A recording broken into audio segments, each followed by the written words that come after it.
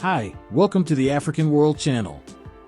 The U.S. military is gearing up to head back to Chad for discussions on updating their agreement to station troops there. Just last month, the U.S. announced plans to withdraw most of its roughly 100 troops from Chad. This decision came after the Chadian government questioned the legality of their presence. A similar move was made by Niger, which asked all U.S. troops to leave, dealing a significant blow to U.S. military efforts in the Sahel region. Will Chad let the U.S. military stay, or will they boot them out like Niger did? Let's find out. Remember to subscribe to our channel, give the video a thumbs up, and share it with others to help us reach a wider audience. Now let's get back to the video. The U.S. military's decision to return to Chad for talks on revising their troop presence agreement comes amid a complex web of geopolitical challenges in the Sahel region. Last month, the United States announced a significant withdrawal of its approximately 100 troops from Chad. This move was triggered by the Chadian government's concerns about the legal status of U.S. military operations within its borders. A similar situation unfolded in neighboring Niger, where authorities ordered all U.S. troops to vacate the country, dealing a blow to American counterterrorism efforts in the region. Speaking at the second annual African Maritime Forces Summit in Ghana, General Michael Langley, the commander of U.S. Africa Command, shed light on the situation. He emphasized that the withdrawal from Chad was intended to be temporary, reassuring reporters that discussions would resume shortly after the upcoming presidential election in Chad. Langley highlighted Chad's expressed desire to maintain its security partnership with the United States, particularly in combating terrorism, as a key factor driving the need for these talks. Langley explained, "We'll come back for discussions within a month to see in what ways, and what they need, to be able to build further in their security construct and also against terrorism." Chadian officials were not immediately available for comment, likely due to the upcoming presidential election scheduled for Monday. Analysts predict the incumbent to secure victory.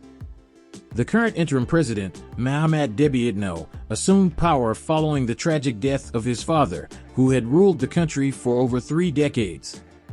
However, his leadership has been met with widespread protests, fueled in part by the government's decision to extend the transitional period by an additional 2 years. Chad has been in a state of transition since the death of its former president in 2021, with his son assuming interim leadership amidst protests over extended transition plans. The decision to withdraw U.S. forces from Chad forms part of a broader reassessment of American security cooperation in the region. General Langley emphasized that this reevaluation process would resume following the conclusion of Chad's presidential election. However, the complexities of the situation extend beyond Chad's borders. Niger, another key ally in the fight against terrorism, recently saw a change in leadership with the emergence of a ruling junta. This junta promptly terminated the agreement allowing U.S. troops to operate within Niger's territory, further complicating the regional security landscape. While the USA has been a significant partner in terms of aid, military cooperation, and trade, Russia has also been extending its influence in various African nations, including Chad, through diplomatic initiatives, arms sales, and resource partnerships.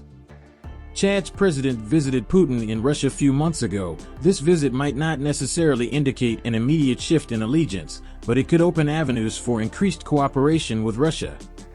Chad, like many African nations, might be exploring opportunities beyond traditional Western partnerships, especially considering geopolitical dynamics and the growing presence of other global powers in Africa. According to U.S. Commerce Secretary Gina Raimondo, U.S. is best choice for Africa over Russia or China. She said the United States sees itself as a valuable partner for African nations, offering opportunities aligned with values like freedom and democracy. However, she emphasized that the U.S. respects the sovereignty of African nations and won't pressure them to choose between partnerships with the U.S., China, or Russia. Raimondo made these remarks during her visit to Nairobi, Kenya, where she attended the AmCham Business Summit and met with Kenyan President William Ruto. Kenya, like many other African countries, has established significant connections with China, which has been involved in funding and implementing major infrastructure projects across the continent. Russia is also increasing its presence in Africa, leveraging anti-Western sentiments in some nations to bolster arms sales and exploit natural resources. Raimondo addressed concerns that African nations may prefer dealing with China or Russia due to their perceived avoidance of imposing democratic and human rights standards. She emphasized that the U.S. approach to Africa is one of collaboration without imposing conditions, highlighting her efforts to bring American businesses to the Nairobi summit. During her meeting with President Ruto, Raimondo conveyed a message of partnership and investment, stressing that the U.S. is there to listen, learn, and contribute positively to the growth and development of African nations.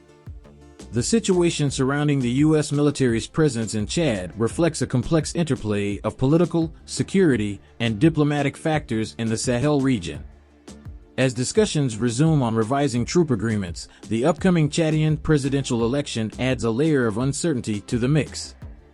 Meanwhile, broader regional dynamics, including changes in leadership in neighboring Niger and evolving partnerships with global powers, further shape the landscape. As the world watches, it's evident that the path forward requires careful navigation, balancing security imperatives with respect for sovereignty and mutual cooperation. In this ever-changing landscape, the outcomes of these discussions hold significance not only for Chad and its neighbors but for the broader pursuit of peace and stability in Africa and beyond. We value your input. How do you interpret U.S. Commerce Secretary Gina Raimondo's remarks about the United States being the best choice for Africa over Russia or China, especially in light of ongoing debates about democratic and human rights standards? What do you think are the main reasons behind the Chadian government's concerns about the legal status of U.S. military operations in their country? Please share your opinions in the comment section below. And don't forget to subscribe to our channel, like this video, and share it with others. Thank you for watching.